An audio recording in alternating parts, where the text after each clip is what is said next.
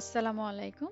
Natural health and beauty থেকে আপনাদের সকলকে জানাচ্ছি আবারও শুভেচ্ছা। মধুর যে শুধু স্বাস্থ্যগুণ আছে এমন নয়, রূপচর্চায়ও মধু ব্যবহৃত হয়। ত্বকের বিভিন্ন সমস্যার সমাধানে মধু কার্যকর। মধু ব্যবহারে মুখের দাগ, পিম্পল ও রিঙ্কেলস কমে। মধু ত্বক উজ্জ্বল করে। শীতে শুষ্ক ত্বক নিয়ে অনেককে বেশ সমস্যায় পড়তে হয়, তাই এ মৌসুমে ত্বকের যত্নে মধু বেশ উপকারী। আসুন জেনে নেওয়া যাক কিভাবে মধু ব্যবহার করবেন। মধুর ফেস প্যাক। প্রথমে 1 চামচ মধু নিয়ে তা পুরো মুখে লাগান। আধা ঘন্টা পরে হালকা গরম পানিতে মুখ ধুয়ে ফেলুন। এটি করলে মুখের ত্বক উজ্জ্বল হবে। ডিম ও মধুর ফেস প্যাক। ডিমের কুসুম, 1 চামচ দই, 1 চামচ মধু এবং আধা চামচ আমন্ড অয়েল বাটিতে সবকটি উপাদান একসঙ্গে নিয়ে ভালো করে মেশান। তারপর এই মিশ্রণটি মুখে লাগিয়ে 15 মিনিট রেখে দিন। এবার মুখ ধুয়ে ফেলুন। এতে ত্বকের আর্দ্রতা ফিরবে। ব্রণ কমাতে মধু। ব্রণ থেকে মুক্তি পেতেও মধু ব্যবহার করতে পারেন। 1 চামচ মধু ও অলিভ অয়েল নিন।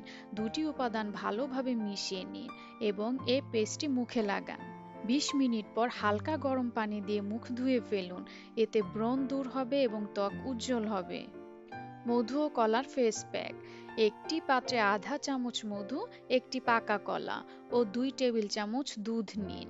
সব উপাদান ভালো করে মিশিয়ে ত্বকে লাগান। হাত, পা ও মুখে লাগাতে পারেন। নিয়মিত এটি ব্যবহার করলে ত্বকের শুষ্কতা দূর হবে। শুষ্ক ত্বক। শুষ্ক ত্বকের জন্য 1 চামচ মধু এবং 1 চামচ অলিভ অয়েল নিন। এই মিশ্রণে লেবুর রস মেশান। কয়েক মিনিটের জন্য এটি লাগিয়ে রাখুন।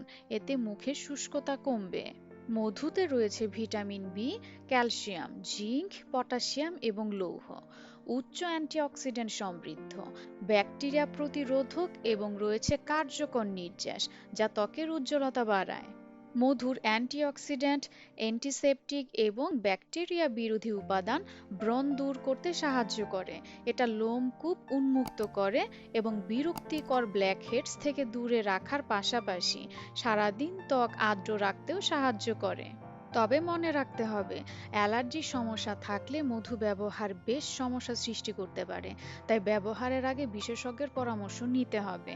মধু ত্বকে ব্যবহারের পরে অবশ্যই তা ঠিক মতো ধুয়ে পরিষ্কার করতে হবে, কারণ লোমকূপে মধু আটকে থাকলে তা থেকে ব্রেক আউট বা ব্রণ দেখা দিতে পারে। আজকের মতো এখানেই শেষ করছি। আসসালামু আলাইকুম।